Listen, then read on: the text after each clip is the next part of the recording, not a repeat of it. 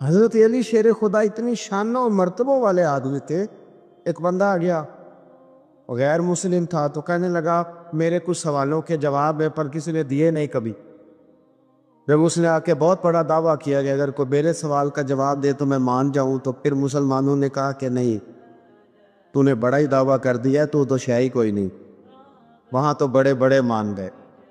حضرت مولا علی شیر خدا کے پاس لے گئے، جس نے بڑے بڑے مشکل سوال کیے. پہلی بات وہ کہنے لگا آپ مجھے ایسے دوست بتائیں جن میں کبھی لڑائی نہیں ہوئی. تو حضرت علی کہنے لگے تو بڑے دعوے کر رہا تھا کہ میں بڑے لمبے سوال پوچھوں گا. وہ دو دوست جن میں کبھی لڑائی نہیں ہوئی وہ جسم اور روح ہیں بھی کٹھے ساتھ رہتے، دوست بھی ہیں، پر کبھی آپس میں لڑائی، بڑے بڑے گناہ کرتا ہے جسم پر روح ناراض نہیں ہوتی. اس کی آنکھیں کھل گئیں، اس کو تو کبھی جواب ہی نہیں ملا تھا. کہنے لگا اچھا وہ تو ایسے دوست پھر بتائیں جن میں کبھی صلح نہیں ہوئی. تو فرمایا وہ موت اور حیات ہے. جب موت آتی ہے تو پھر زندگی باقی ان کی صلح نہیں ہو سکتی، اکٹھے رہ ہی نہیں سکتے. وہ کہنے لگا یہ تو کمال ہو گئی. کہنے لگا جی اور پوچھ لوں؟ پر میں تیرا ہی دعویٰ تھا 2 پوچھنے، میں تیار ہوں، تو 100 بھی پوچھ. کہنے لگا وہ بی بی جس نے چند لمحوں میں بچہ پیدا کر دیا، فرمایا یہ بھی کوئی مشکل بات ہے؟ وہ حضرت مریم ہے. 1 منٹ میں حاملہ ہوئی تھی، اگلے منٹ میں اللہ تعالیٰ نے انہیں تھوڑی سی تکمیل سے گزارا اور اگلے منٹ میں حضرت عیسیٰ پیدا ہو گئے. کہنے لگا جی وہ 2 چیزیں جو حرکت نہیں کرتی، فرمایا یار جلدی پوچھ. ہے وہ 2 چیزیں جو حرکت نہیں کرتی وہ زمین آسمان ہے. اس نے کہا وہ 2 چیزیں جو ٹھہرتی نہیں، فرمایا وہ سورج اور چاند ہے جو حرکت ہی کرتے رہتے. کہنے لگے اچھا وہ بتائیں جی جو کھا تو بڑا کچھ کیا پر پیا اس نے کچھ بھی نہیں. تو حضرت علی فرمانے لگے وہ حضرت موسیٰ علیہ السلام کا عصا ہے، جادوگروں کے سانپ سارے ہی کھا گیا پر پانی کا گھونٹ بھی نہیں پیا. حد ہو گئی. وہ شخص کہتے ہیں علی کے جواب لے کہ میرے اندر ہیجان پیدا کر دیا. میں نے فوراً کہا بتائیں وہ شخص جو کوئی شے نہیں. تو حضرت علی کہنے لگے جو میرے نبی کا کلمہ نہ پڑھے وہ کوئی شے نہیں. کہنے لگے وہ بتائیں جو بڑی شے ہو. فرمایا جو چاہے کہ اس کی عزت کعبے سے بھی زیادہ ہو جائے اور وہ بڑی شے بن جائے تو وہ محمد عربی کا کلمہ بڑھ جائے. حضرت علی کی شان دیکھیے کہ نبی پاک صلی اللہ تعالیٰ علیہ وسلم نے ان کے گھر میں قیام کیا، حضور کی پرورش وہاں ہوئی، اور جناب علی کی پرورش نبی پاک کی گود میں ہوئی. حضرت علی المرتضیٰ 5 تن پاک میں بھی شامل ہیں اور 4 یار میں بھی شامل ہیں. ادھر بھی ان کا دست مبارک ہے، ادھر بھی ان کا دست مبارک ہے. حضرت علی المرتضیٰ شیر خدا رضی اللہ تعالیٰ عنہ کے بارے میں کیا خوبصورت جملہ کا حضرت حکیم الامت نے. حضرت حکیم الامت فرمانے لگے مولا علی شریعت کا دریا ہیں اور ولایت کا مرکز ہیں، اور فرماتے ہیں کہ آپ قاسم ولایت ہیں. اس امت میں جس کو بھی ولایت ملی مولا علی شیر خدا کی برکت سے ملی، حضرت علی کے در نور سے ملی. حضرت مولا علی شیر خدا رضی اللہ تعالیٰ عنہ پیدا ہوئے تو حضور نے انہیں غسل دیا، اور جب حضور کا وصال ہوا تو مولا علی نے نبی کریم کو غسل دیا. رسول کریم سید عالم صلی اللہ تعالیٰ علیہ وسلم نے ان سے بڑی محبت فرمائی اور فرمایا من کنت مولاہ فعلی مولا، جس کا میں مولا اس کے علی بھی مولا. حضرت علی شیر خدا. واقعہ کیا ہوا؟ پہلی بات تو یہ کہ رسول پاک نے ان کے گھر میں پرورش پائی.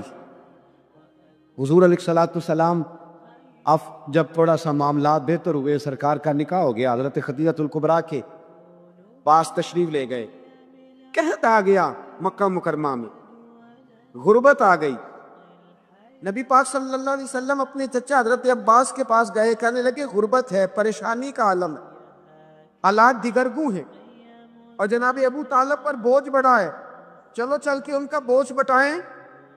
چلو کہا ٹھیک ہے چلو. ان کا ایک بیٹا لے آ کے، ان کے بچے زیادہ ہیں، ہم خدمت کریں گے اپنے چچا زاد بھائیوں کی، اپنے گھر میں رکھیں گے، بوجھ بٹ جائے گا. حضرت عباس کہتے ہیں رسول پاک مجھے ساتھ لے کے گئے. ہم نے جا کے جناب ابو طالب سے بات کی تو خوشی خوشی کہنے لگے لے جاؤ جس کو دل کرے، جس کو دل کرے لے جاؤ. تو حضرت عباس کہتے ہیں میں نے حضور سے کہا جس کا آپ کو دل کرے آپ لے جائیں، دوسرا میں لے جاتا ہوں. تو حضور نے فرمایا آپ کا کیا خیال ہے، میں کس کو لے کے جاؤں گا؟ تو حضرت عباس کہنے لگے ساری دنیا کو پتا ہے آپ علی کو لے کے جائیں گے. یہ زمانہ جانتا ہے، 55 کا پیار ہے، کن فیکون تے کل دی گل نہیں. اساں پہلا پریت رلائی. فرمایا مجھے ہمیں پتہ ہے آپ کس کو لے کے جائیں گے. حضور سید عالم صلی اللہ علیہ وسلم. روایت میں لفظ بڑے پیارے ہیں, اللہ کرے آپ کو لطف آئے اس بات کا. لفظ بڑے پیارے ہیں. حضرت علی کہتے ہیں میرا قد چھوٹا تھا اور میں بچہ تھا, ابھی 7-8 سال عمر تھی. اللہ کے رسول میرے صحن کے اندر گھٹنوں کے بل بیٹھ گئے اور فرمایا علی آجا یار سینے سے لگ دا. حضرت علی کہتے ہیں میں دوڑ کے گیا, دوڑ کے میں نے جا کے سینہ رسول اللہ کے سینے سے لگایا. حضرت علی فرماتے ہیں یہ میرا مقام ہے. 8 سال کی عمر میں سینہ لگایا تھا اور جب رسول اللہ کو قبر میں اتارا پھر بھی میرا ہی سینہ مصطفیٰ کے سینے سے لگا ہوا, میرا ہی سینہ لگا ہوا تھا حضور کے سینے. میاں صاحب نے کہا تھا پانی برن سہیلیاں رنگا رنگ کڑے اسی پریا اس دا جانیے جس دا توڑ چڑھے. فرماتے ہیں میرا ہی سینہ لگا, حضور گھر لے آئے.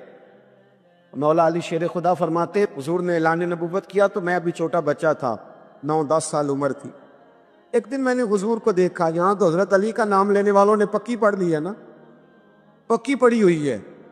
سارے ہی اللہ خیر کرے مجذوب ہو گئے, روٹی زمین پہ کھاتے ہیں, نمازیں عرش پہ پڑھتے ہیں. وہ باقی سارے کام دنیا داری کے کرتے ہیں, نماز کی دفعہ مجذوب ہو جاتے ہیں. باقی ہر چیز کی ہوش ہے, صرف انہیں نماز روزے کی ہوش نہیں. مولا علی شیر خدا متاثر کس چیز سے ہوئے؟ آپ کہتے ہیں میں اسلام کی کس چیز سے متاثر ہوا؟ فرماتے ہیں نبی پاک صلی اللہ علیہ وسلم نے اعلان نبوت کیا, میں بچہ تھا. ایک دن میں نے حضرت خدیجۃ الکبریٰ کو اور نبی پاک کو نماز پڑھتے دیکھا. نماز کا فرض ہوئی تو یہ وہ حضور کون سی نماز پڑھ رہے تھے؟ ہم تو فرض ہونے کے بعد نہیں پڑھ رہے, اور رسول پاک فرض ہونے سے پہلے نماز ادا فرما رہے, فرض ہونے سے پہلے. اور حضرت علی کا میں نے قول سنایا تھا. مولا علی شیر خدا کہتے ہیں میں نے دعا کی ہے خدا بندہ مجھے جنت میں بھی نماز کی توفیق دینا, جہاں نماز نہ ہو میرا تو وہاں دل ہی نہیں لگتا.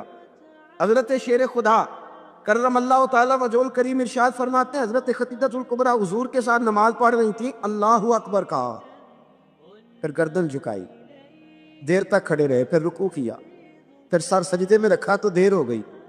کہتے میں بچہ تھا, غور سے دیکھتا رہا, غور سے دیکھتا رہا. جب حضور فارغ ہوئے تو میں نے کہا اے محمد ابن عبداللہ صلی اللہ علیہ وسلم, اے میرے معزز بھائی یہ آپ کیا کر رہے تھے؟ تو حضور نے فرمایا میں اس رب کی نماز پڑھ رہا تھا جس کا میں رسول بن کے آیا, اس رب کی نماز پڑھ رہا تھا جس کا میں رسول بن کے آیا ہوں. تو حضرت علی کہنے لگے مجھے بڑی پسند آئی ہے, میں نے بھی پڑھنی ہے. مجھے کیا پسند آئی ہے؟ چلو سارے بولو بھلا کیا پسند آئی, کیا پسند آئی ہے جی؟ دعا کرے سارے مسلمانوں کو نماز پسند آ جائے, آمین تو کہنا, سب کو نماز پسند آ جائے. اللہ کرے اوپر جتنی مائیں بہنیں بیٹھی ہیں سب کو نماز پسند آ جائے, اور اپنے بچوں کو بھی وہ نماز کا عادی بنا دے. نبی کریم سید عالم نور مجسم صلی اللہ علیہ وسلم سے حضرت علی کہنے لگے کہ حضور مجھے پسند آئی ہے, میں نے بھی پڑھنی ہے. کیا؟ نماز. حضور نے فرمایا کلمہ پڑھ, تو بھی نماز پڑھنی شروع کر دے. اور پھر چپکے سے حضور نے کان میں کہا, فرمایا اپنے ابا جی سے مشورہ کر لے, کلمہ پڑھتے وقت مشورہ کر لے. جناب علی کہتے ہیں میں گیا جناب ابو طالب کے پاس, میں نے کہا میں نے کلمہ پڑھنا ہے. کہتے ہیں جناب ابو طالب کہنے لگے بیٹا تیرے حق میں سب سے بہتر وہی ہے جو محمد عربی فرمائیں گے, وہ تیرے حق میں سب سے بہتر ہے, اس لیے کہ وہ مجھ سے زیادہ تجھ سے محبت کرتے ہیں, جو کہیں کرتا جا. حضرت علی کہتے ہیں 10 سال کی عمر میں کلمہ پڑھا. اللہ پاک نے فرمایا وانذر عشیرتک الاقربین, محبوب اپنے قریبی رشتہ داروں کو ڈرائے, قریبیوں کو ڈرائے, قریبی رشتہ داروں کو دین کی دعوت دے. قریبی ذرا مشکل سے مانتے, نیڑے رہنے والوں کو قدر ذرا تھوڑی ہوتی, یہ ذرا مشکل سے مانتے. حضرت علی کہتے میری نبی پاک نے ڈیوٹی لگائی, فرمایا علی جا ساری برادری کو بلا کے لا. آپ فرماتے ہیں 10-11 سال کا مبلغ گلیوں میں پھرنے لگا. 10-11 سال کا مبلغ, یہ دیکھیں کہاں دوستی کا آغاز ہوتا ہے. کہتے ہیں میں پہلے دن نکلا اپنے رسول کے کہنے پر, میں 10-11 سال کی عمر میں دین کے لیے نکلا, اور پھر وہ 10 سال میں نکلے تو بدر سے لے کر احد تک, حنین سے لے کر خیبر تک, اور مدینے سے لے کر کوفے کی جامع مسجد کی شہادت تک جناب علی دین کے لیے نکلے ہی رہے. فرماتے ہیں 10-11 سال کی عمر میں نکلا, میں نے ابو سفیان کو کہا، ابو لہب کو دعوت دی، میں نے ابو جہل کو بلایا، عتبہ کو، عتیبہ کو، ولید کو، میں نے عباس کو، حمزہ کو، کہتے میں تمام کو، قریش کو دعوت دی حضور کے گھر میں۔ نبی پاک نے کھانا کھلایا، اور کھانا کھلا کے نا حضور نے نظر ڈالی، فرمایا میری برادری والوں، میرے چچاؤ، میرے عزیزوں، اس لیے بلایا ہے کہ میں اللہ کا رسول بن کے آیا ہوں، میں نے ساری دنیا کو لا الہ الا اللہ کا پیغام دینا ہے، میری مدد کرو، میرے ساتھ چلو، میرے ساتھ تعاون کرو، آؤ نکلو چلے، اٹھو میرے ساتھ۔ کہتے کھانا کھاتے وقت تو گفتگو سارے کر رہے تھے، اس وقت تو پرجوش تھے، چوری کھانے وقت تو سارے تیار تھے، جب کہا خون دینے کی باری آئی ہے تو چپ کر گئے، خون دینے کی باری آئی ہے تو چپ کر گئے، جسے زندگی ہو پیاری وہ یہیں سے لوٹ جائے، میرے قافلے میں شامل کوئی کم ضرب نہیں ہے، کہا چلو میرے ساتھ اٹھو۔ حضرت علی کہتے ہیں حضور کے کچرا دیکھتے کہ کو پکارتے تو چل، پر کوئی آواز نہ دیتا۔ کہتے جب میں نے حضور کے چہرے پر ہلکی سی پریشانی دیکھی، مولا علی عمر 10 سال 9 سال، کہتے میں نے ہلکی سی پریشانی دیکھی تو میں کھجور کھا رہا تھا، میری نظر پڑی تو میں نے کھجور بھی پوری نہ کی، میں پیچھے بیٹھا تھا، بچہ جو تھا پیچھے بیٹھا تھا، پیچھے، کہتے مجھ سے رہا نہ گیا، میں اٹھا، قد پہلے چھوٹا تھا، عمر تھوڑی تھی، میں نے ایڑیاں اٹھا لی، پنجوں کے بل کھڑا ہو گیا، اور یوں دونوں ہاتھ فضا میں بلند کر کے کہا، میں نے کہا یا رسول اللہ یہ نہیں چلتے تو نہ چلے، انا حافظو کا یا رسول اللہ، انا ناصرو کا یا رسول اللہ۔ حضور آپ میدان میں نکلے، جہاں بھی ضرورت پڑے گی علی آپ کی حفاظت کرے گا، حضور آپ میدان میں نکلے، دین کو جہاں بھی ضرورت پڑے گی علی اکیلا آپ کی مدد کرے گا، آپ نکلیے۔ حضرت علی فرماتے 10 سال کی عمر میں میں اپنے رسول کے ساتھ نکلا، ہاں بڑی بڑی کوٹھیاں پیروں کی، علماء کی، اور جو زیادہ علی علی پکارتے ہیں وہ ذکر کرنے کے زیادہ پیسے اکٹھے کرتے ہیں، وہ بیچتے پھرتے ہیں ذکر اہل بیت، بکتا پھرتا ہے، اور اس قدر زیادہ ظلم کرتے ہیں کہ اہل بیت کا نام لے کر صحابہ کرام علیہ رضوان پہ تان کرتے ہیں، رسول اللہ صلی اللہ علیہ وسلم کے غلاموں پہ معاذ اللہ تان کرتے ہیں۔ سنو مرحب مقابلے میں آیا، مرحب۔ حضرت علی رضی اللہ تعالیٰ عنہ فرماتے 1000 کے مقابلے میں وہ لڑا کرتا تھا، میرے مقابلے میں آیا تو کہنے لگا بھتیجے تجھے پتا ہے میں مرحب ہوں، میں مرحب ہوں، تجھے پتا ہے کیسے مقابلہ کرو گے، تمہیں پتا ہے؟ حضرت علی کہنے لگے مجھے تیرا نہیں پتا، مجھے تو اپنا پتا ہے۔ آپ کون ہے؟ فرمانے لگے انا اسد اللہ و رسول ہی، مجھے پتا ہے کہ میں خدا کا بھی شعر ہوں، محمد مصطفیٰ کا بھی شعر ہوں، تم مقابلے میں تو آ، میدان لگے گا تو پتہ چلے گا۔ جب میدان لگا تو حضرت علی نے ایک ضرب لگائی تلوار، زیادہ نہیں، ایک ضرب لگائی، ایک ضرب لگائی تو کہتے ہیں اس کا سر بھی کاٹا، گردن بھی کاٹی، وجود بھی کاٹا، اور اتنی زور سے تلوار ماری کہ اس کے گھوڑے کے بھی 2 ٹکڑے ہو گئے۔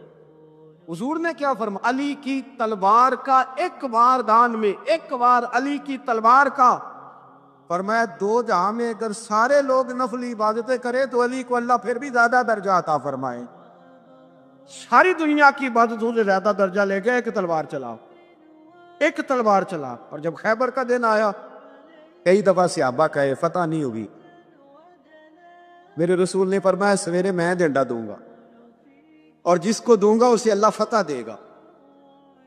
حضرت سیدنا ابو ہریرہ کہتے ہیں میں نے کان میں پوچھا، میں نے کہا حضور وہ کون ہے اس پہ آپ جھنڈا دیں گے؟ چلے مجھے کان میں بتا دے وہ کون ہے۔ تو حضور نے فرمایا اس کا تعارف یہ ہے کہ وہ خدا سے بھی پیار کرتا ہے، محمد مصطفیٰ سے بھی پیار کرتا ہے۔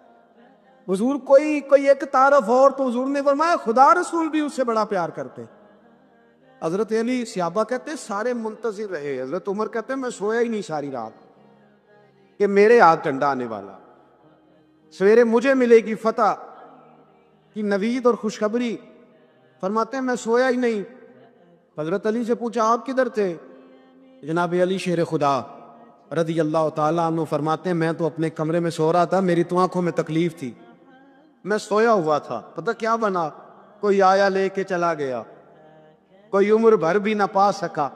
میرے مولا تجھ سے گلا نہیں، یہ تو اپنا اپنا نصیب. حضور سید عالم صلی اللہ علیہ وسلم نے فرمایا این علی ابن ابی طالب، علی ابن ابی طالب کو بلاؤ. حضرت علی رضی اللہ تعالیٰ عنہ آئے تو آنکھوں کے اوپر ہاتھ رکھے ہوئے کہ یا رسول اللہ میری آنکھوں میں درد ہے. پر میں ہاتھ پیچھے کر، اللہ نے تیرے ہاتھ میں فتح لکھ دی ہے، پیچھے کر ہاتھ. حضرت علی کہتے حضور نے لعاب دہن لگایا میری آنکھوں پہ، مجھے پہلے سے بھی زیادہ بہتر نظر آنا شروع ہو گیا. حضرت علی شیر خدا، ایک ہاتھ میں تلوار، ایک ہاتھ میں 40 گز اونچا تھا خیبر کا دروازہ، 40 گز چوڑا تھا. حضرت علی شیر خدا کہتے میں اللہ اکبر کے نعرے لگاتا میدان میں گیا، اللہ اکبر کے نعرے. میں رسول اللہ کا بھیجا گیا تو میں شان سے گیا کہ میں نے سیدھے ہاتھ میں تلوار تھی، الٹے ہاتھ سے پکڑ کے میں نے 2-3 دفعہ دروازے کو ہلایا اور اللہ اکبر کہہ کہ جب میں نے پھینکا تو 40 گز دور جا کے گرا. 40. حضرت علی نے نا کوفے میں دعوت کی لوگوں کی، جب آپ امیر المومنین تھے، دعوت کی. سب لوگ آئے. ایک نوجوان آیا جس نے شورا سنا تھا پر حضرت علی کو دیکھا نہیں تھا. حضور نے فرمایا نظر الی وجہ علی عبادہ، میرے علی کا چہرہ دیکھنا بھی عبادت. تو ایک صحابی نے کہا حضور جو نہ دیکھ سکے، فرمایا ذکر علی عبادہ، ان کے لیے علی کا ذکر کرنا عبادت ہے، علی کا تذکرہ کرنا بھی ان کے لیے عبادت. حضرت علی کو دیکھا نہیں تھا. جوان کہتا جب میں آیا نا، میں نے لوگوں سے پوچھا وہ پورے مولا علی کدھر ہے جنہوں نے خیبر کا دروازہ توڑا تھا، بڑی شہرت ہے، کدھر ہے؟ کہتے حضرت علی صاحب نے بیٹھے تھے، مجھے کسی نے کہا وہ بیٹھے ہوئے. میں گیا تو حضرت علی اخروٹ کھا رہے تھے، تو پورا زور لگا رہے ہیں تو اخروٹ کوئی نہیں ٹوٹتا، پورا زور 2-3 دفعہ، کبھی اس دانت میں کبھی اس دانت میں، ٹوٹتا ہی نہیں. کہتا میں ہنسنے لگا تو حضرت علی نے مجھے پاس بلایا، کہا بیٹے ادھر آ. تو میں گیا تو کہنے لگے کیا سوچ رہا ہے؟ کہتے میں ڈر گیا. میں نے کہا حضور کچھ بھی نہیں. لیکن نہیں جو سوچ رہا تھا تو بتا. میں نے کہا نہیں کچھ نہیں. اور ماننے لگے میں بتاؤں تو کیا سوچ رہا تھا؟ بتاؤں؟ کہ حضور بتائیے. آپ فرمانے لگے تو سوچ رہا تھا بابے سے اخروٹ تو ٹوٹتا نہیں، خیبر کیسے توڑ دیا تھا؟ تو سوچ رہا تھا کہ اس سے اخروٹ تو ٹوٹتا نہیں، تو خیبر کیسے توڑا تھا؟ فرماتے ہیں میں نے کہا میں یہی سوچ رہا تھا. یہ جب عرض کیا نا تو فرماتے ہیں شیر خدا کا رنگ ہی بدل گیا. پہلے مسکرا رہے تھے، پھر انداز بدل گیا. انہوں نے اپنے منہ سے وہ جو خرول لگا تھا جھاڑا، ہاتھ یوں جھاڑے، امامہ سیدھا کیا اور فرماتے ہیں شیر خدا بن کے بیٹھ گئے. کہنے لگے بیٹے اخروٹ کو چھوڑ، کوئی خیبر آ تو لا، میں ابھی بھی توڑنے کو تیار ہوں. خیبر کوئی ہے تو لا، میں ابھی بھی توڑنے کو. دیواریں ہلتی رہتی ہیں اور در کانپ جاتا ہے. علی کا نام سن کے اب بھی خیبر کانپ جاتا ہے. اور میں تو اس کو چھوڑ اخروٹ کو تو لا.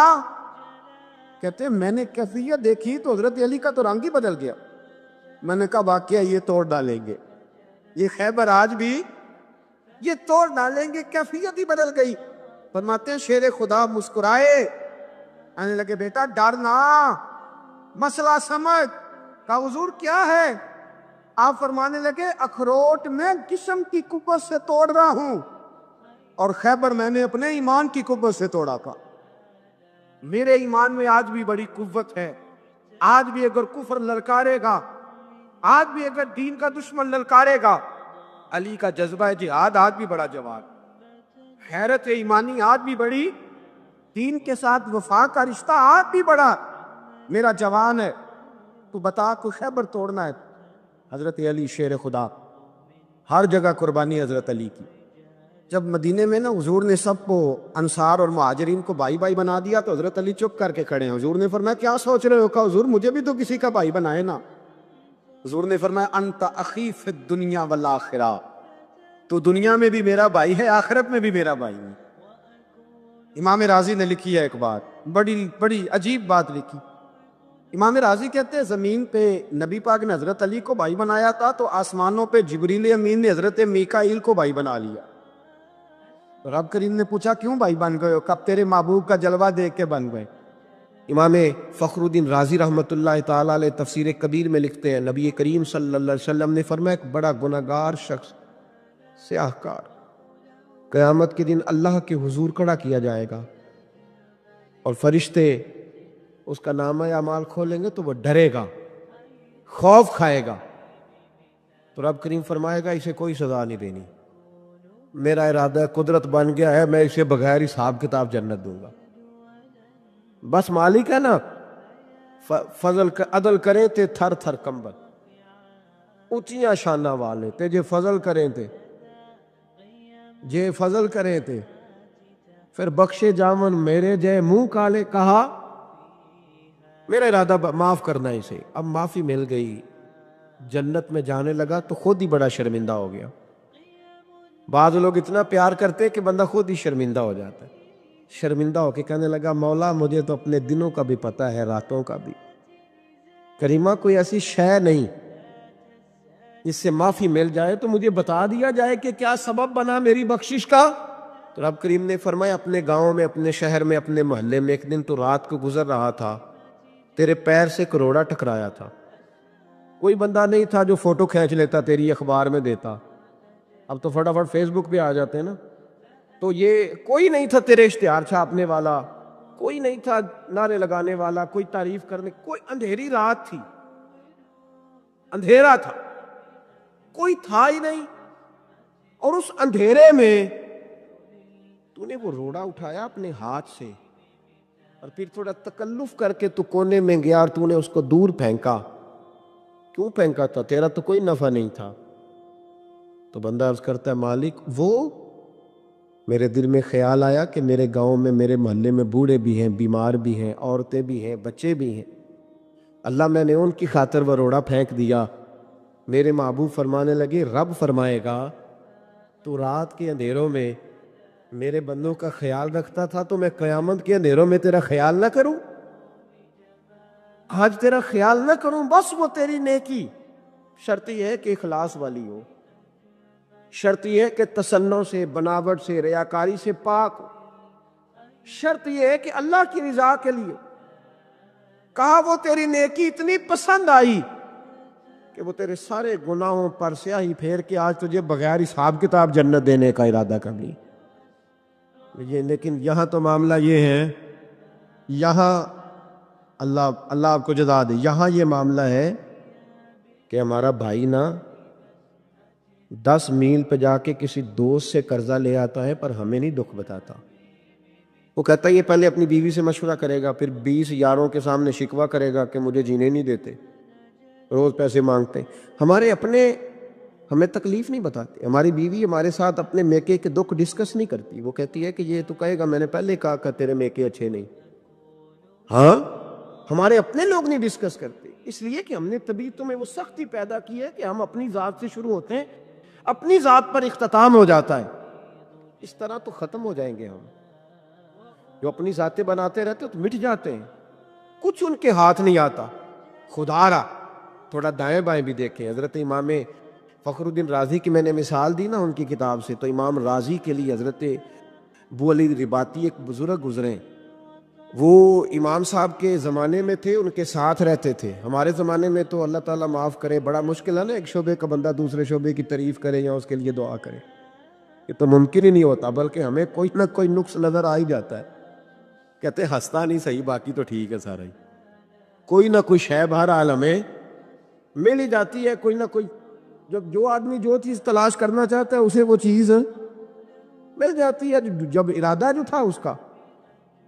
ابو علی رباطی رحمۃ اللہ علیہ ہر نماز میں امام رازی کے لیے دعا مانگتے، توجہ ہے میری بات پر؟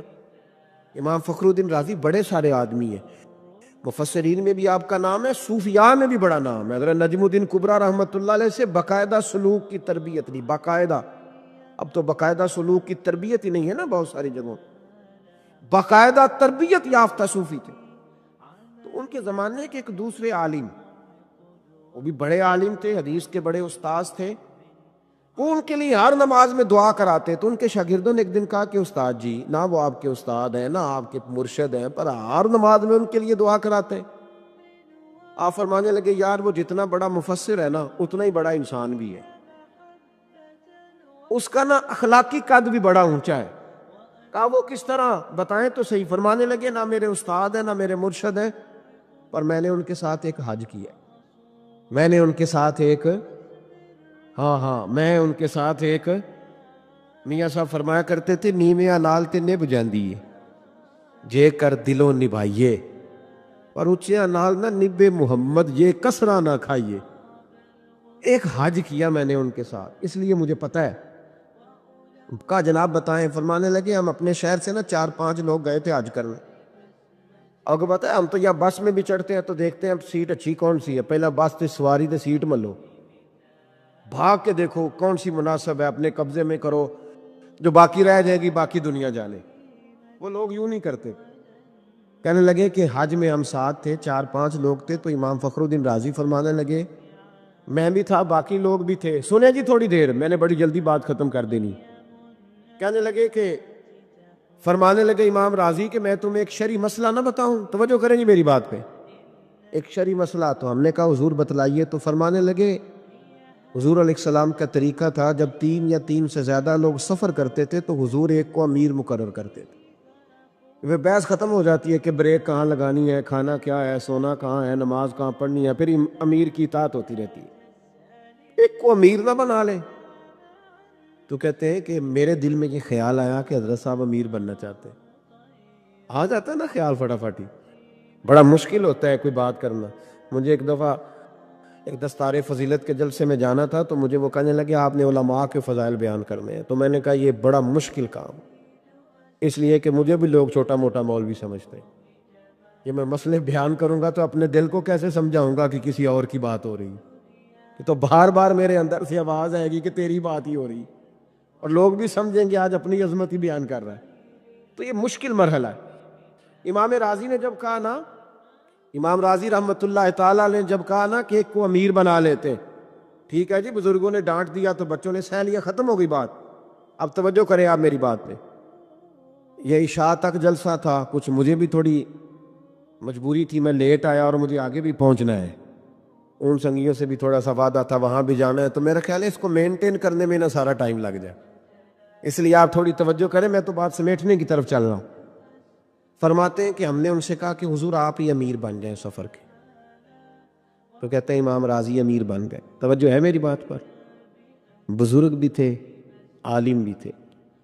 میں کبھی کبھی محسوس کرتا ہوں کہ ہم جو مذہبی لوگ ہوتے ہیں ہمیں بھی اپنا کام نہ کرنے کی عادت پڑ جاتی ہے. جوتے بھی کوئی اور اٹھاتا ہے، عادت سی ہو جاتی ہے، مشکل ہوتا ہے. پھر بہت سارے مقامات پر مشکل محسوس ہوتی ہے جب عادت نہیں رہتی. پیار کرتے ہیں، محبت کرتے ہیں، شاگرد محبت کرتے ہیں، وہ اپنے انداز میں ٹھیک ہوتے ہیں، لیکن کئی دفعہ دشواری ہو جاتی ہے. پھر انسان مشکل سے اپنی چیزوں کا نہیں پتہ ہوتا کہاں پڑی ہوئی ہے، مشکلات میں آ جاتا ہے.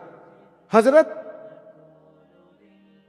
عالم بھی تھے، صوفی بھی تھے، مفسر بھی تھے، زمانہ جانتا تھا. لیکن جب حج کے امیر بنے نا، حضرت بولی رباطی فرماتے ہیں ہمارے سارے کام ہمارے امیر نے کرنے شروع کر دی.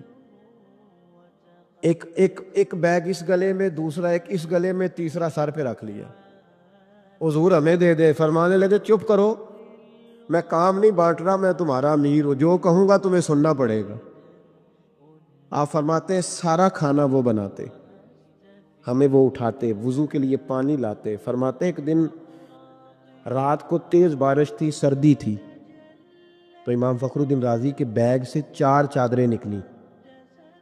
تو امام صاحب نے نا کہیں سے لکڑیاں وہ لے کے آئے. پتہ تھا کہ رات بارش ہے اور ہوا بہت تیز چل رہی تھی. بارش تو رک گئی، ہوا نہیں رک پا رہی. تو کہتے 4 کونوں میں لکڑیاں لگائیں اور پھر 4 چادریں انہوں نے باندھ کے اس طرح کا سائبان بنایا کہ اندر ہوا نہ آئے. پھر ہمارے لیے بستر بنایا اور کہتے ہیں ایک چادر باندھنے کو جگہ نہ ملی تو امام صاحب ساری رات وہ چادر پکڑ کے کھڑے رہے. فرماتے ہیں جب آدھی رات گزری تو ہمارے تو آنسو ہی نکل گئے. میں اٹھ کے قدموں میں بیٹھا. میں نے کہا یار تو میرے شہر میں رہتا تھا، میرے قریب بستا تھا، پر تو اتنا بڑا شخص تھا یہ مجھے خبر نہیں تھی. تو اتنا بڑا آدمی تھا یہ پتہ نہیں تھا. امام فخر الدین رازی فرماتے ہیں میں رو پڑا اور میں نے ہاتھ باندھ کے کہا حضور بس کریں، کلیجہ پھٹ جائے گا، برداشت نہیں ہوتا. اتنی نوکری نہ کریں کہ ہمارے اوپر پھر یہ قرض چکانا مشکل ہو جائے. حضرت بولی رباطی کہتے ہیں بڑی مشکل سے انہیں بٹھایا اور پھر منتیں کر کر کے سارے سفر میں 6 مہینے کا سفر تھا جانے آنے کا. کہتے ہیں منت کر کر کے تھوڑے تھوڑے کام کیے. آپ فرماتے ہیں میرے والد سے بھی مجھے بڑا ہی پیار ہے، استاد اور مرشد سے بھی بڑا عشق ہے. لیکن جب میں دعا کے لیے ہاتھ اٹھاتا ہوں تو میرے لبوں پر امام راضی کا نام سب سے پہلے جاری ہو جاتا ہے. سب سے. تھوڑا پیار کریں, تھوڑی محبت کریں. آپ یقین کریں بہت سارے لوگوں کو ضرورت ہے کہ کوئی انہیں سمجھائے, کوئی اچھا آدمی ان سے دوستی کرے. کچھ لوگوں کو ضرورت ہے, وہ مانگنا نہیں چاہتے, ہاتھ نہیں پھیلانا چاہتے. ان کی ضرورت ہے کہ کوئی تھوڑا سا دولت مند آدمی تھوڑا سا انہیں کام سٹارٹ کر کے دے دے. وہ پتہ نہیں کتنا امت کا, ملت کا فائدہ کریں گے. لیکن ہم ہاتھ تھامنے کو تیار نہیں, آگے بڑھنے کو تیار نہیں, پیار کرنے کو تیار نہیں. محبت جب آپ اللہ کی مخلوق سے کریں گے اور جب آپ ان کی اشک شوئی کرنے کی کوشش کریں گے, جب آپ تھوڑا سا آگے بڑھیں گے. دیکھیں نا, امام غزالی کا وصال ہو گیا تو کسی نے خواب میں دیکھا کہ حضور اللہ نے بڑا استقبال کیا ہوگا, تو آپ فرمانے لگے اس نے فضل کیا اور غزالی کو معاف کر کے جنت کا اعلیٰ درجہ دیا. تو کہا حضور کون سی کتاب, کون سی نیکی, کون سا خیر کا کام؟ فرمانے لگے ساروں پہ ہی اللہ بڑا کریم ہے, پر میں نے جب پوچھا نا میری بخشش کا سبب کیا بنا, تو مجھے بتایا گیا کہ غزالی تو ایک دن لکھ رہا تھا اور تو نے سیاہی پاس رکھی تھی, قلم تیرے ہاتھ میں تھا, اور تو نے, آپ کو پتہ ہے وہ پرانے زمانے میں ابھی تھوڑے سال گزرے کہ وہ سیاہی لگا کے قلم سے لکھا جاتا تھا. تو کہتے ہیں میں نے دوات میں سیاہی لگائی اور جب میں نے اٹھائی نا تو گرمی بڑی شدید تھی, ایک مکھی آ کے سیاہی پہ بیٹھ گئی. میں چاہتا تو اڑا دیتا, میرے دل میں خیال آیا بیچاری پیاسی ہے, کبھی پی لینا کبھی سارا پانی, اور اس کی پیاس بجھ جائے تو میں دوبارہ لگا لوں گا, سیاہی بڑی ہے. فرماتے اس نے پیا اور پی کر کے جب وہ اڑ گئی تو مجھے میرے دل کو سکون بڑا ہوا, پر میں وہ بات بھول گیا, پھر کبھی یاد بھی نہ آئی. پتہ تو تب چلا جب قیامت میں اس بات کا اجر ملا. جب اس کا اجر ملا نا, رب کریم نے فرمایا وہ تو میری چھوٹی سی مخلوق پہ رحم کھائے, میں نے آج تیرے لیے جنت کے دروازے کھلوا دیے ہیں. تھوڑا پیار کریں, تھوڑی محبت کریں.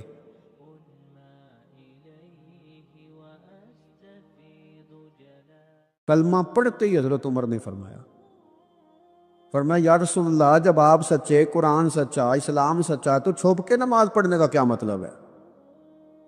فرمایا ابھی تعداد ہی کوئی نہیں, 40 تو مسلمان ہیں. عرض کی حضور مہربانی کریں نا, آپ صرف اجازت دیں. 20 لوگوں کی صفیں بنا دی گئیں, ایک صف کے آگے حضرت عمر ہیں, ایک صف کے آگے حضرت امیر حمزہ ہیں. جناب عمر کہنے لگے چونکہ آپ اللہ کے رسول ہیں تو لہٰذا نماز بھی آج اللہ کے گھر میں پڑھی جائے گی. تو حضرت عمر بیت اللہ شریف کے بیچ کھڑے ہو کے نعرہ لگاتے ہیں, فرماتے ہیں میں عمر ہوں, تم مجھے بھی جانتے ہو, میرے باپ کو بھی جانتے ہو, تم میرا قبیلہ بھی جانتے ہو, میں نے پڑھ لیا ہے محبوب کا کلمہ. اب جس نے بچے یتیم کرانے ہو اور اپنی بیوی بیوہ کرانی ہو وہ آئے اور مجھے روکے. یہ محبوب اللہ کے ہیں اور گھر بھی اللہ کا ہے, تو نماز بھی آج اللہ کے گھر میں ہی پڑھی جائے گی. رسول کائنات صلی اللہ تعالیٰ علیہ وآلہ وسلم کی بارگاہ عالی مرتبت میں, عزت و عظمت میں ایک بوڑھے صحابی حاضر ہوئے اور عرض کی یا رسول اللہ صلی اللہ تعالیٰ علیہ وسلم, میں بڑی دور سے آیا ہوں, پتہ نہیں دوبارہ آپ کی زیارت مجھے نصیب ہو سکے کہ نہ ہو سکے. یا رسول اللہ صلی اللہ علیہ وسلم مجھے کوئی ایک ایسی بات ارشاد فرما دیں کہ جو مجھے کفایت کر جائے, یعنی اس سے میری دنیا بھی بن جائے اور میری آخرت بھی بن جائے, ایک بات. تو نبی پاک صلی اللہ علیہ وسلم نے فرمایا تیری زبان ہر وقت اللہ کے ذکر سے تر رہنی چاہیے, یہ بات تجھے کفایت کر جائے گی, تیرا فائدہ کر جائے گی, دنیا اور آخرت میں تجھے نفع دے جائے گی. اسلام نے ہر وقت ذکر الہی کا حکم دیا, سونے کے وقت کی دعا بھی سکھلائی, اٹھتے وقت کے الفاظ بھی سکھائے. اسلام نے کہا کہ کھانا کھانا ہے تو بسم اللہ شریف سے شروع کر لینا, اور جب ختم کرنا تو الحمدللہ پہ ختم کر لینا. جب تمہیں کوئی چیز بھلی لگے تو پھر ماشاءاللہ کہہ لینا, جب کوئی مصیبت آئے تو انا للہ و انا الیہ راجعون پڑھ لینا, اور جب سیڑھیاں چڑھنے لگو اللہ اکبر کہا جائے, اور اونچائی سے اترنے لگو تو سبحان اللہ کہا جائے. وہ ہر موقع پر اللہ کی یاد کو، اللہ کے ذکر کو، رب کریم کو ہمیشہ یاد رکھا جائے۔ رسول کائنات صلی اللہ علیہ وسلم کے بارے میں سیدہ طیبہ طاہرہ حضرت عائشہ صدیقہ رضی اللہ تعالیٰ عنہ فرماتی ہیں کہ اللہ کے رسول علیہ السلام ہر وقت اپنے رب کو یاد کرتے تھے۔ ہر وقت حضور اپنے رب کو یاد کرتے، ہر وقت اللہ کے محبوب صلی اللہ علیہ وسلم کی زبان اطہر پر اپنے رب کریم کا ذکر رہتا تھا۔ تو کثرت کے ساتھ ذکر کرنا اور ذکر کو اپنی طبیعت کا حصہ بنا لینا۔ آپ کتاب و سنت کا جب مطالعہ کرتے ہیں تو آپ غور فرمائیں کہ نبی پاک صلی اللہ علیہ وسلم نے مختلف صورتوں کے فضائل بیان کیے۔ پھر نبی پاک علیہ السلام نے اللہ کے مختلف اسماء کا، مختلف ناموں کی فضیلت بیان کی۔ فرمایا جو آدمی سبحان اللہ کہتا ہے اسے 30 نیکیاں ملتی ہیں، اور جو تسبیح فاطمہ ہی پڑھ لے رضی اللہ تعالی عنہا، تسبیح فاطمہ یعنی 33 بار سبحان اللہ، 33 بار الحمدللہ، 34 بار اللہ اکبر، جو شخص یہ پڑھ لے اس کے گناہ سمندر کی جھاگ کے برابر بھی ہوں۔ سمندر کی جھاگ کون ماپے گا کہ سمندر کہاں سے چلا اور کہاں پہنچا؟ تو فرمایا سمندر کی جھاگ کے برابر بھی اگر اس کے گناہ ہوں گے، اتنا بڑا پاپی بھی ہو، تو یہ اللہ کا ذکر کرنے کی برکت سے، تسبیح فاطمہ پڑھنے کی برکت سے اللہ اس کے گناہوں کو معاف فرما دے۔ تو حضور سید عالم صلی اللہ تعالی علیہ وسلم نے ذکر کی فضیلت بیان کی۔ نبی پاک صلی اللہ علیہ وسلم نے بہت سارے اسماء تھے جن کی عظمت، عزت، رفعت بیان کی، فرمایا اس کے ساتھ اللہ کا ذکر کرو۔ صورتوں کے فضائل بیان کی۔ ہمارے ہاں میں نے دیکھا ہے کہ بعض واعظین اور بعض نقیب حضرات یا بعض ایسے لوگ جو بات کرتے ہیں تو اگر ان کی بات توجہ سے نہ سنی جائے تو وہ خود کئی دفعہ کہہ دیتے ہیں کہ میری بات ضائع نہ کر دینا، میرا جملہ ضائع نہ کر دینا۔ وہ سمجھتے ہیں کہ یہ بڑی اہم بات تھی جو میں کرنے جا رہا ہوں، اور کئی لوگ آپ ان کی بات توجہ سے نہ سنیں تو ان کے چہرے پر اظہار ناراضگی نمایاں ہو جاتے ہیں کہ یار میں بات کر رہا تھا، اس بندے نے توجہ ہی نہیں کی۔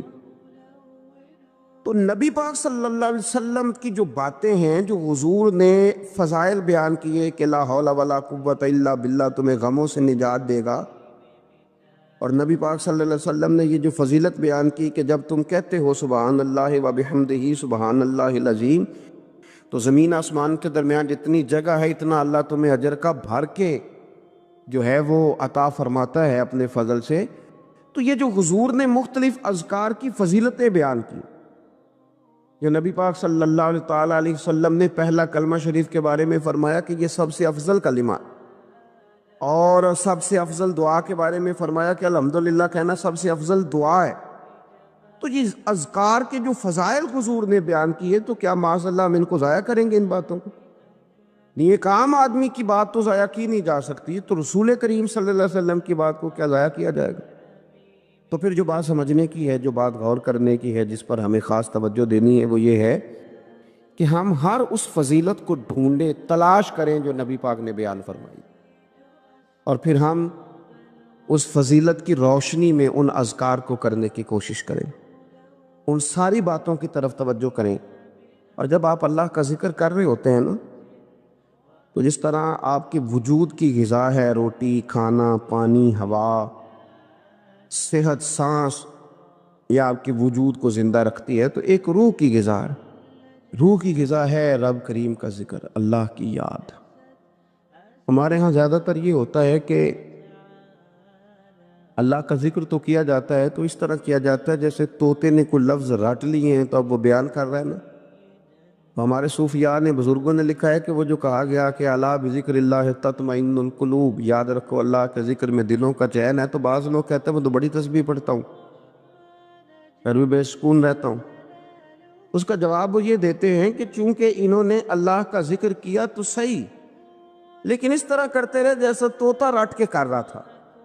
اگر غور کرتے اس بات پر، توجہ دیتے اس بات پر، اگر ان کا یہ ایک ذہن بن جاتا کہ میں بھلا کیا کہہ رہا ہوں، جب ان کی زبان سے نکلتا سبحان اللہ، تو پھر غور کرتے کہ میں نے یہ کہا ہے کہ اللہ پاک ہے، اللہ پاک۔ اب یہ چیز جب ان کے ذہن کے اندر، ان کے دماغ سے، ان کی روح سے ٹکرائے گی، تو جب انہوں نے کہا کہ میرا رب پاک ہے، سبحان اللہ عما یشرکون، اور پاک ہے ان چیزوں سے جن سے لوگ اس کے ساتھ شرک کرتے ہیں، اب جب کہا کہ وہ پاک ہے اور اس نے جو چیز بنائی ہے وہ حسین و جمیل ہی بنائی ہے، ہر عیب سے پاک ہے، وہ اس نے ہر چیز بہترین نقش و نگار کے ساتھ بنائی ہے، تو بتائیے کہ جب یہ سبحان اللہ کا معنی اور اس کا مفہوم سمجھ کر اللہ کا یہ ذکر کیا گیا، تو اب اس طرح نہیں ہو گیا کہ جیسے پورے وجود کے اندر خوشبو بکھر گئی ہو، اب یوں نہیں محسوس ہو گیا کہ جیسے بالکل ساری طبیعت ٹھنڈی اور پھولوں کی طرح ہو گئی، ویسے نہیں محسوس ہو گیا کہ جیسے اللہ نے ایک قوت، طاقت اور روحانیت عطا کر دی۔ اور پھر جب کسی شخص نے کہا کہ الحمدللہ، تمام تعریفیں اللہ کے لیے، اب آپ اندازہ فرما لینا کہ وہ کتنا عظیم اور کتنا بڑا مالک ہے کہ کہا جا رہا ہے کہ میں کسی کی کوئی جھوٹی تعریف نہیں کروں گا، مجھ سے کسی کی خوشامد نہیں ہوتی، اور کوئی کتنا بھی اونچا چلا جائے یہ ساری تعریفیں کمزور ہیں، حدود والی ہیں، ایک رب ہے الحمدللہ جس کے لیے تمام تعریفیں اسی رب کے لیے۔ اور جب کہا اللہ اکبر، اللہ بہت بڑا ہے، جب اس کی زبان سے یہ جملے نکلتے ہیں تو آپ ذرا غور فرمائیں کہ وہ کہاں پہنچ جاتا ہے۔ وہ پھر کیا کبھی کسی سے ڈرے گا؟ وہ کسی چیز کا خوف طاری کرے گا؟ کوئی چیز ایسی ہوگی جو اس کے نفسیات پر حاوی ہو سکے؟ سب سے بڑا تو اللہ ہے، تو وہ کبھی بھی کسی بڑے آدمی کے رعب کا شکار نہیں ہوگا، وہ کبھی کسی کی دولت، کسی کا اقتدار، کسی کی قوت اور کسی کی ظاہری طور پر تھوڑی بہت چمک اسے خیرہ نہیں کر سکے گی، اس لیے کہ وہ جانتا ہے کہ اکبر صرف اللہ ہی ہے۔ تو اب اس کے اندر بہت بڑی طاقت آئے گی، بہت بڑی ہمت آئے گی، وہ بہت زیادہ اپنے آپ کو قوت والا محسوس کرے گا۔ تو یہ جب تھوڑا سا غور کرتا ہے کہ میں کیا کہہ رہا ہوں، میری زبان سے کیا نکل رہا ہے، تو پھر یہ ذکر الہی اس کو ٹھنڈک دیتا ہے اور اس کو سکون دیتا ہے، پھر اس کو قوت ملتی ہے۔ اس لیے میرے نبی پاک صلی اللہ علیہ وسلم نے فرمایا، یہ بخاری مسلم کی حدیث ہے، نبی پاک صلی اللہ علیہ وسلم نے فرمایا اس کی مثال جو رب کا ذکر کرے اور اس کی مثال جو اللہ کا ذکر نہ کرے، مثل الحی والمیت، ان لوگوں کی مثال کی طرح ہے جو زندہ اور مردہ ہوتے ہیں۔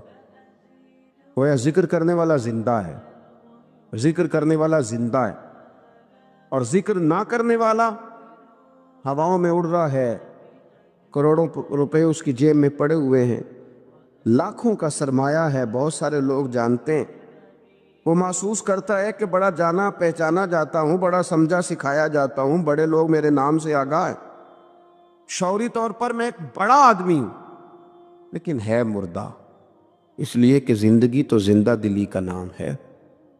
مردہ دل کیا خاک جیا کرتے، زندہ وہ ہے جس کا مصلی آباد ہے، زندہ وہ ہے جس کی زبان اللہ کو یاد کرتی، زندہ وہ ہے جس کا کبھی کبھی دل کرتا ہے کہ آج قرآن شریف کھول لوں، زندہ تو وہ ہے جس کی طبیعت چاہتی ہے کہ یار آج لاؤ نا تسبیح، تھوڑا سا درود و سلام اپنے محبوب پہ پڑھوں، زندہ تو وہ ہے جو کبھی کبھی اس کی یاد میں محو ہو، اکیلے بیٹھا بھی ہو تو پھر بھی اس کی زبان پہ ذکر اور آنکھوں میں آنسو جاری ہو جاتا، جو اس کو یاد کر کے محو ہو جاتا ہے۔ یاد رکھیں، ذکر الہی انسان کو زندہ رکھتا ہے، توانائی دیتا ہے، روحانیت دیتا ہے، اس کو سکون کی دولت دیتا ہے۔ اپنے معاملات کو جب ترتیب دیں تو اذکار کی پابندی کریں۔ ہمارے جو طریقت کے سلسلے ہیں نا، یہ بنیادی طور پر طریقت کے سلسلے دو کام کرتے ہیں، ایک تو عقیدے کو پختہ کرتے ہیں، نظریات کی صفائی کرتے ہیں، جو کمزور یقین والے لوگ ہوتے ہیں ان کا یقین پختہ کرتے ہیں، جو رب کی بارگاہ سے دور ہوتے ہیں ان کے دلوں میں اللہ کی چاہت پیدا کرتے ہیں۔ یہ حکمت کے ساتھ، دانائی کے ساتھ لوگوں کی تربیت کرتے ہیں اور لوگوں کی روحوں کے اندر مستند صحیح عقائد اور یقین کی دولت لوگوں کو دیتے ہیں۔ اور دوسرا یہ ذکر کے طریقے بتلاتے ہیں، یہ لوگوں کو اذکار کی طرف مائل کرتے ہیں، جو لوگوں کا شوق، ذوق، مزاج ذکر کی طرف مائل کرتے ہیں۔ عقیدے کی پختگی دینا اور لوگوں کو اللہ کی یاد میں لگا دینا۔ الف اللہ تے چنبے دی بوٹی تے میرے من وچ مرشد لائی ہو، نفی اسبات یعنی لا الہ الا اللہ، لا الہ نفی ہے، الا اللہ اس بات ہے۔ نفی اسبات دا پانی ملیا تے ہر رگے ہر جائی ہو تے اندر بوٹی مشک مچایا تے جاں پھلاں تے آئی تے پھر جیوے مرشد کامل باہو جس اے بوٹی لائی۔ تو یہ یاد رکھ لیں کہ صوفیہ مختلف اذکار بتلاتے ہیں۔ آپ کسی بھی سلسلہ طریقہ سے وابستہ ہوتے ہیں تو آپ کو کچھ پڑھنے کو بتایا جاتا ہے۔ اب کیا ہم نے اس بات کو سمجھا ہی نہیں، ہم نے یہ توجہ ہی نہیں کی کہ ہم شیخ کی بارگاہ میں گئے تھے تو انہوں نے ہمیں کچھ پڑھنے کو، کہیں بھی آپ جائیں آپ کو کوئی استغفار بتا دے گا، کوئی کلمہ شریف بتا دے گا، کچھ نہ کچھ بتایا، لیکن ہم نے کیا کیا؟ ہماری اذکار کی جانب توجہ نہیں رہتی، ہم ذکر نہیں کرتے۔ ہمارے لیے جو کام سب سے مشقت والا ہے وہ ہے ذکر۔ اچھا بڑا عجیب آدمی ہے نا جو کسی کالج میں یونیورسٹی میں داخلہ لے اور چاہتا بھی پاس ہونا ہے پر کتاب کھول کے نہیں دے کے پڑھنا چاہتا، نمبر بھی چاہتا ہے میرے 100% ہوں، لیکن کہتا ہے مجھے کتاب نہ پڑھنی پڑے، تو یہ تو بیوقوفی ہے نا۔ آپ کو نصاب پڑھنا ہے اور نصاب کی تیاری کرنی ہے اور پھر نصاب کے مطابق آپ کو چلنا ہے۔ آپ کا ایک نصاب ہے، تو طریقت ایک یونیورسٹی کا نام ہے۔ جب آپ طریقت کے شعبے میں داخلہ لیتے ہیں تو آپ کو اذکار بتائے جاتے ہیں، آپ کو وہ اذکار کرنے ہیں، وہ وظائف پڑھنے ہیں، ان پر آپ کو توجہ دینی ہے، ان پر آپ کو غور کرنا ہے۔ تو ذکر جب آپ کریں گے تو پھر آپ کو بہت ساری ایسی چیزیں نصیب ہوں گی جن کا نفع ہوگا۔ تو ہمارے صوفیہ ایک تو تنہا تنہا ذکر کرتے، پھر اجتماعی ذکر کا بھی سبق دیتے۔ رسول اللہ صلی اللہ تعالیٰ علیہ وسلم نے فرمایا جب کوئی قوم اللہ کے ذکر کے لیے بیٹھتی ہے تو فرشتے انہیں گھیر لیتے، رحمت انہیں ڈھانپ لیتی، اور حضور فرماتے ہیں ان پر سکینہ اترتا ہے، اور وہ ایک جماعت میں بیٹھ کے اللہ کا ذکر کر رہے ہوتے ہیں اور اللہ فرشتوں کے سامنے ان کا تذکرہ کرتا ہے، فرشتوں کے سامنے۔ تو ایک تو انفرادی ذکر، پھر جو مجالس ذکر ہیں، محافل ذکر ہیں، ان کی افادیت یہ ہے کہ جب جمع ہو کر کے لوگ بیٹھتے ہیں تو پھر ان پر اللہ کی رحمت چھا جاتی، پھر اللہ کا فضل ان کی نگہبانی اور خبرگیری کرتا ہے۔ اپنی زبان کو ذکر سے تار رکھیں، جہاں بیٹھیں اجتماعی طور پر وہاں بھی اللہ کی یاد کے ساتھ بیٹھیں، رب کریم کا ذکر کریں۔ ہمارے ہاں اب خلوت میں بیٹھنا، تھوڑا سا لوگوں سے الگ ہو کے بیٹھنا، تنہائی میں بیٹھنا، یہ لوگوں کے لیے اس لیے مشکل ہو گیا ہے کہ لوگ ذکر میں تو بیٹھ نہیں سکتے، عبادت کے ساتھ کوئی دلچسپی رہی نہیں، معاذ اللہ، وظائف پڑھنے کا کوئی ذوق نہیں، تو تنہائی میں بیٹھ نہیں سکتے۔ حالانکہ ترمذی شریف میں حدیث ہے، نبی پاک صلی اللہ علیہ وسلم نے فرمایا تمہارے لیے بہتر ہے کہ اپنے گھروں کو لازم کر لو، یعنی بلا وجہ ضرورت گھروں سے نہ نکلو، اپنے گھر میں رہو، اذکار کرو، عبادت کرو۔ یہ اگرچہ اسلام کے اندر رہبانیت نہیں، سارا کچھ چھوڑ چھاڑ کے مسجد میں بیٹھنے کا حکم نہیں ہے، لیکن آپ دیکھیں نا کہ حضور علیہ السلام کی حیات مبارکہ میں کچھ اوقات ایسے ملتے ہیں کہ سرکار خلوت میں تشریف لے جاتے، تنہائی میں، بالکل الگ تھلگ ہو کے کچھ عبادت حضور نے تنہائی میں کچھ ذکر کیا ہے، الگ ہو کر۔ اعلان نبوت سے پہلے اللہ کے محبوب علیہ السلام مہینوں غار حرا میں رہا کرتے تھے۔ وہاں کیا ہوتا تھا؟ اللہ کا ذکر ہوتا تھا، اللہ کی یاد ہوتی تھی، عبادت، ریاضت، تقوی، پرہیزگاری۔ پھر آپ یہ دیکھیے کہ نبی پاک صلی اللہ تعالیٰ علیہ وسلم ہر سال رمضان المبارک میں 10 دن کا اعتکاف کرتے۔ اگرچہ حضور کے ذمے تبلیغی ڈیوٹیاں ہیں، سرکار کے ذمے جہاد کے بہت سارے معاملات ہیں، نبی پاک علیہ السلام نے 23 سالوں میں پوری دنیا کو انقلاب آشنا کرنا، لیکن اس کے باوجود رسول کائنات صلی اللہ تعالیٰ علیہ وسلم ہر سال رمضان کے آخری عشرے کا اعتکاف کرتے۔ اس کے علاوہ بھی حضرت عائشہ صدیقہ رضی اللہ تعالیٰ عنہ فرماتی ہیں رات کو مجھ سے فرماتے ابو بکر کی بیٹی تو اجازت دے تو رب کو راضی نہ کر لوں، وہاں بھی تنہائی میں کھڑے ہو جاتے۔ تو نبی پاک نے ہمیں بتلایا کہ کچھ وقت تنہائی کا تمہارے رب کے ساتھ گزرنا چاہیے۔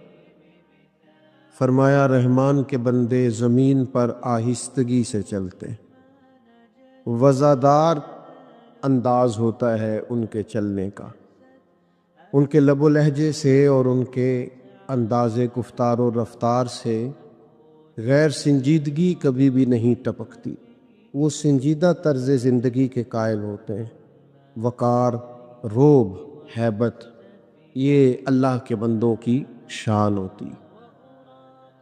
میں اور آپ جس معاشرے میں وقت گزار رہے ہیں، اس میں ہم دیکھتے ہیں کہ آہستہ آہستہ غیر سنجیدگی بڑھتی چلی جا رہی ہے۔ ہر آدمی کو لطیفے سنانے کا شوق ہے، الا ماشاء اللہ۔ اپنی طرف متوجہ کرنے کے لیے لوگ ایسی گفتگو بھی کرتے ہیں جو ان کی شخصیت کے ساتھ میچ نہیں کرتی۔ نتیجہ یہ نکلتا ہے کہ ان کی باتیں ہلکی ہو جاتی ہیں، جملے بے وزن ہو جاتے ہیں، شخصی وقار آہستہ آہستہ کمزور پڑ جاتا ہے۔ اس کا نقصان یہ ہوتا ہے کہ جن لوگوں کی تربیت اس کے ذمے ہوتی ہے، جن لوگوں کی ٹریننگ کرنا اور جن لوگوں کے اوپر نگرانی کرنا اس کے ذمے ہوتا ہے، وہ ساری شخصیات اور وہ سارے لوگ خاص کمزوری کا شکار ہونے لگ جاتے ہیں۔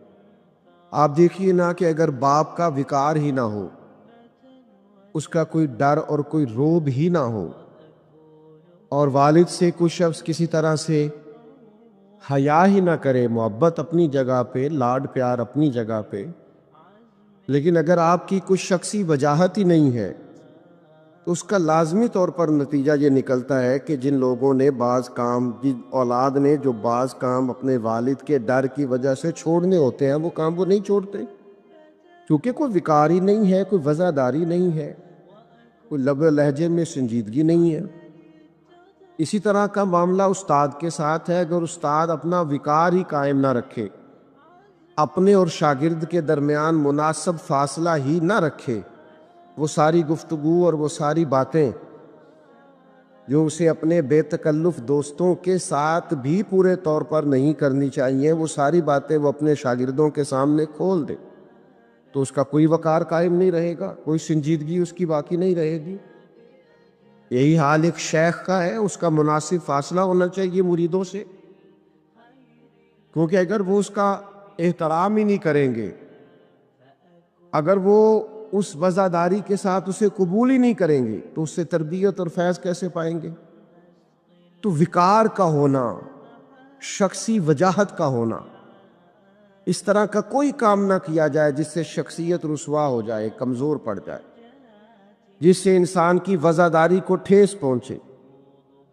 امام طبرانی حدیث لائے ہیں، نبی پاک صلی اللہ تعالی علیہ وسلم نے فرمایا کہ جو بلا وجہ اپنے آپ کو ذلت والی جگہ پر پیش کرے، حضور فرماتے ہیں وہ ہم میں سے نہیں ہے۔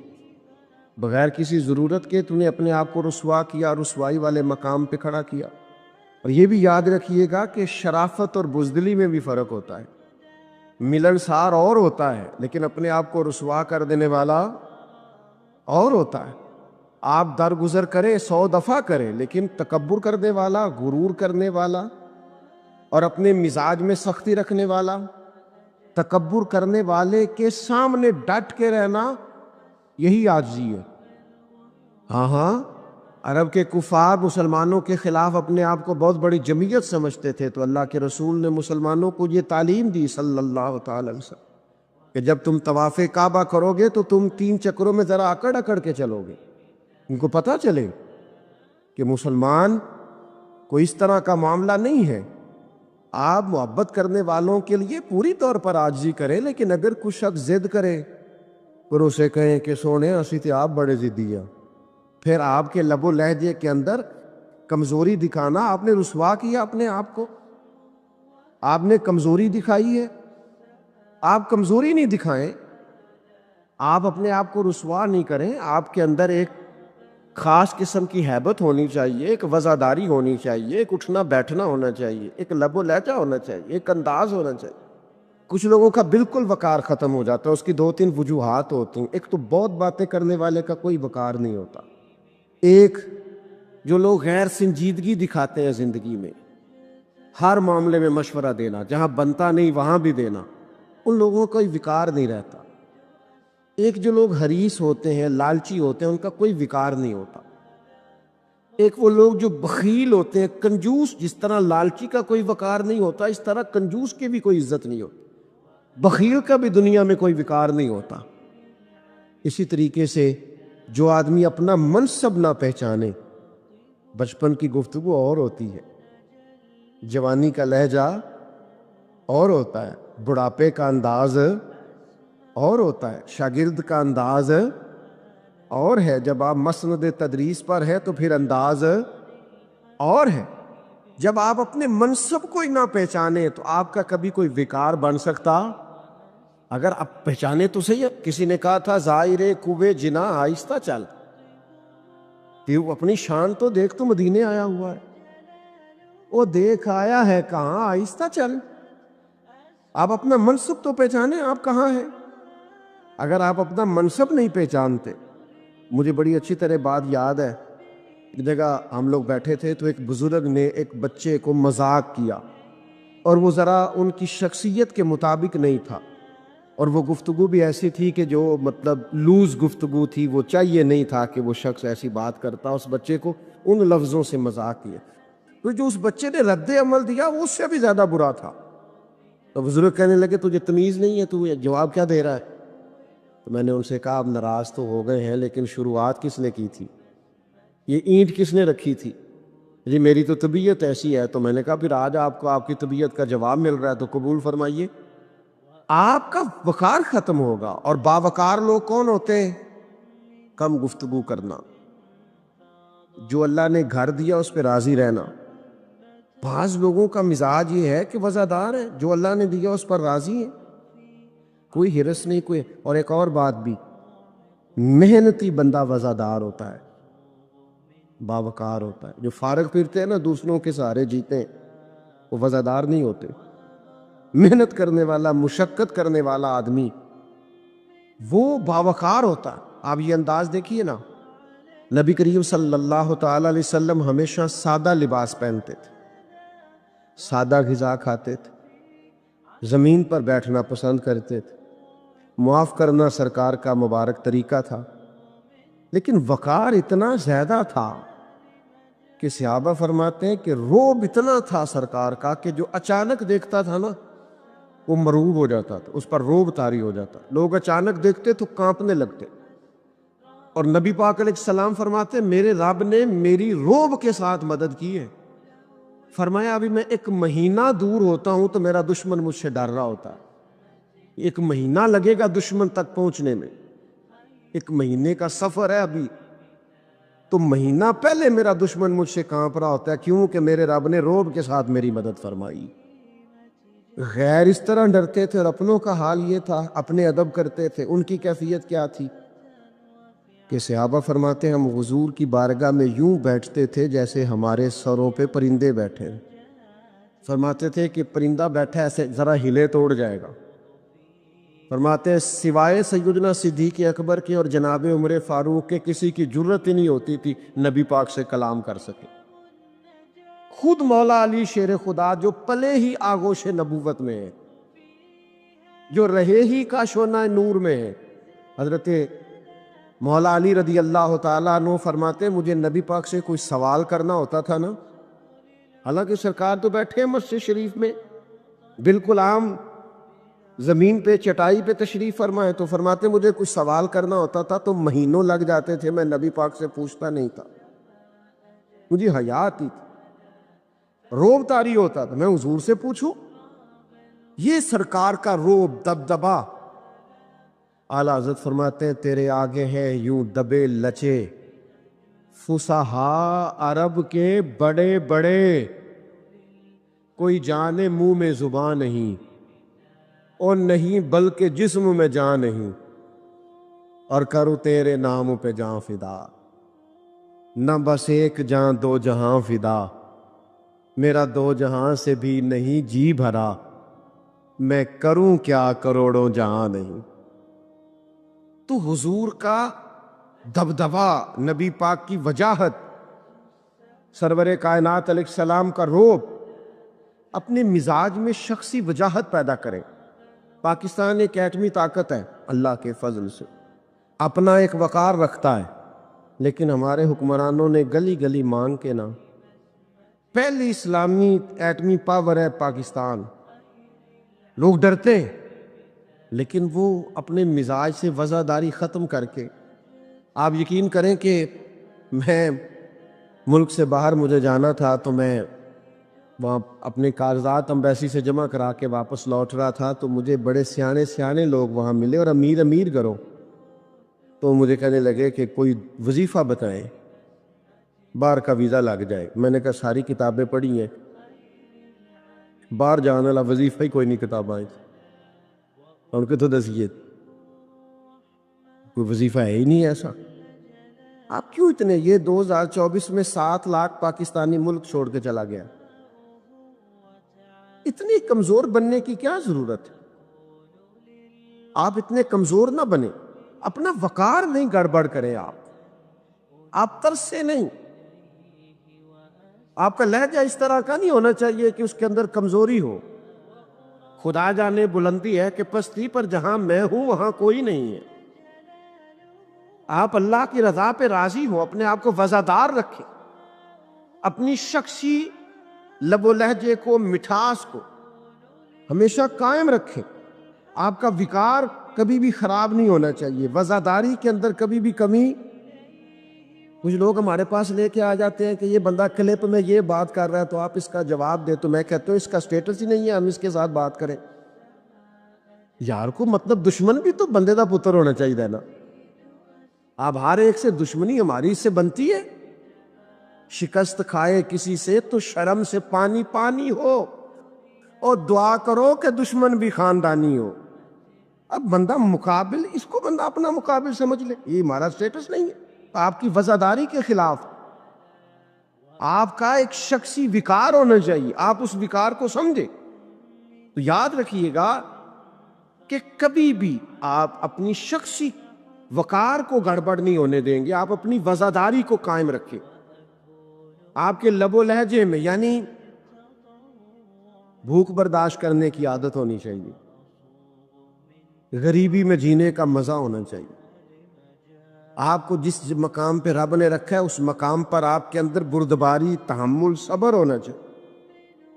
آپ کے اندر وہ ساری چیزیں ہونی چاہیے جو آپ کی شخصیت کو، اور اگر آپ یہ نہیں کریں گے آپ کا وقار خراب ہو جائے گا۔ آپ کی وزاداری قائم رہنی چاہیے، آپ تھوڑا حوصلہ کریں، آپ تھوڑا اپنے اندر وہ چیز پیدا کریں جو ایک مومن کی شان ہے۔ حضرت حسن بصری رحمت اللہ علیہ فرمایا کرتے تھے کہ وقار تو ایمان کا حصہ ہے، شخصی وقار یہ ایمان کا حصہ ہے، مومن کا اپنا۔ کیوں؟ اس لیے کہ نبی پاک علیہ السلام نے بیت اللہ شریف میں کھڑے ہو کے خانہ کعبہ کو دیکھ کے فرمایا تھا، کعبے تیری بڑی شان ہے پر میرے مومن کی شان کعبے سے بھی زیادہ ہے۔ یہ ترمذی میں حدیث موجود۔ تو جب آپ کا اتنا بڑا وقار اور سٹیٹس ہے تو پھر آپ کو نہیں چاہیے کہ آپ اپنے آپ کو ذلت اور رسوائی کی جگہ پہ کھڑا کریں، آپ جان بوجھ کے اپنے آپ کو کمزور کریں، آپ اپنے لب و لہجے کے اندر ایسا کچھ بھی نہ پیدا کریں جس سے محسوس ہو کہ اللہ نے جو آپ کو شخصی عزت دی ہے، جو وقار دیا، وہ وقار کمزور پڑ گیا ہے۔ یہ کام نہ کریں۔ اللہ تعالیٰ نے رسول اللہ صلی اللہ تعالی علیہ وسلم کو بڑا ہی وقار عطا فرمایا، حضور کو اللہ نے بڑی شان عطا فرمائی۔ حضرت کیلا بن مخرمہ رضی اللہ تعالیٰ نے ایک صحابیہ ہیں، وہ فرماتی ہیں کہ حضور ایک جگہ بیٹھے تھے، اللہ کے حضور کچھ عبادت اور وظائف میں اور ذکر اذکار میں مشغول تھے، تو میں حضور کے پیچھے بیٹھی تھی، تو فرماتی اچانک میری حضور پہ نظر پڑی تو میرا جسم کانپنے لگا روب کے ساتھ۔ نہیں، آپ نے ابھی پوری بات پر غور نہیں کیا۔ کہتی میں چہرہ نہیں دیکھا تھا، میں نے پشت دیکھی تھی تو میں روب سے کانپنے لگا۔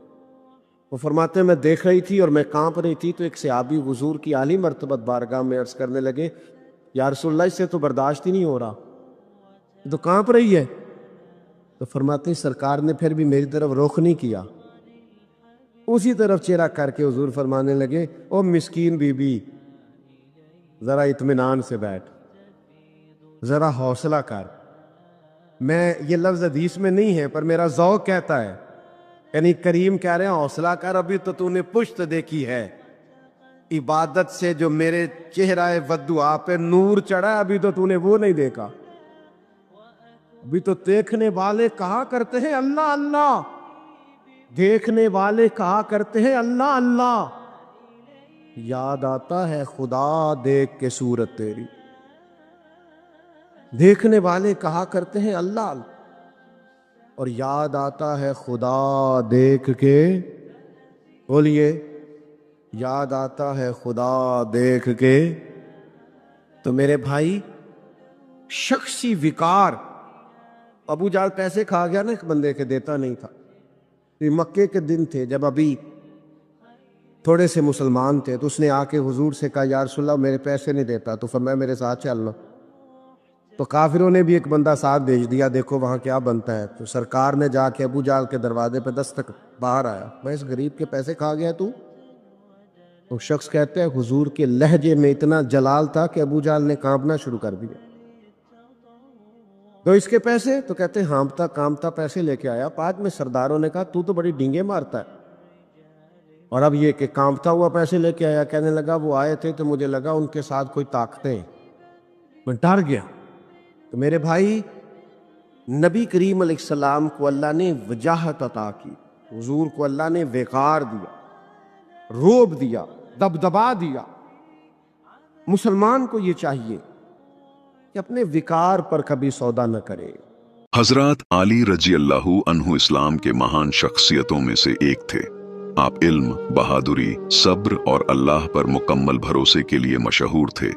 آپ کی زندگی کے کئی واقعے ایسے ہیں جو آج بھی ایمان کو مضبوط کرتے ہیں۔ انہی میں سے ایک مشہور واقعہ سانپ سے جڑا ہوا ہے۔ کہا جاتا ہے کہ ایک بار حضرت علی رضی اللہ عنہ کسی راستے سے گزر رہے تھے۔ اچانک لوگوں نے دیکھا کہ ایک زہریلا سانپ تیزی سے آپ کی طرف بڑھ رہا ہے۔ یہ دیکھ کر لوگ ڈر گئے اور چلانے لگے، یا علی سنبھل جائیے، یہ بہت خطرناک سانپ ہے۔ لیکن حضرت علی رضی اللہ عنہ بالکل بھی گھبرائے نہیں، نہ آپ نے تلوار اٹھائی اور نہ ہی پیچھے ہٹے۔ آپ پورے اطمینان کے ساتھ کھڑے رہے۔ جب سانپ قریب پہنچا تو اچانک رک گیا، اپنا سر جھکایا جیسے ادب کے ساتھ سلام کر رہا ہو، اور پھر بنا کوئی نقصان پہنچائے واپس چلا گیا۔ یہ منظر دیکھ کر لوگ حیران رہ گئے۔ کسی نے پوچھا، یا علی آپ کو ڈر نہیں لگا؟ یہ سانپ تو جان بھی لے سکتا تھا۔ حضرت علی رضی اللہ عنہ نے فرمایا، جس کا بھروسہ اللہ پر ہو اسے کسی مخلوق سے ڈر نہیں لگتا۔ سانپ بھی اللہ کی ہی مخلوق ہے اور وہ اللہ کے حکم کے بنا کچھ نہیں کر سکتا۔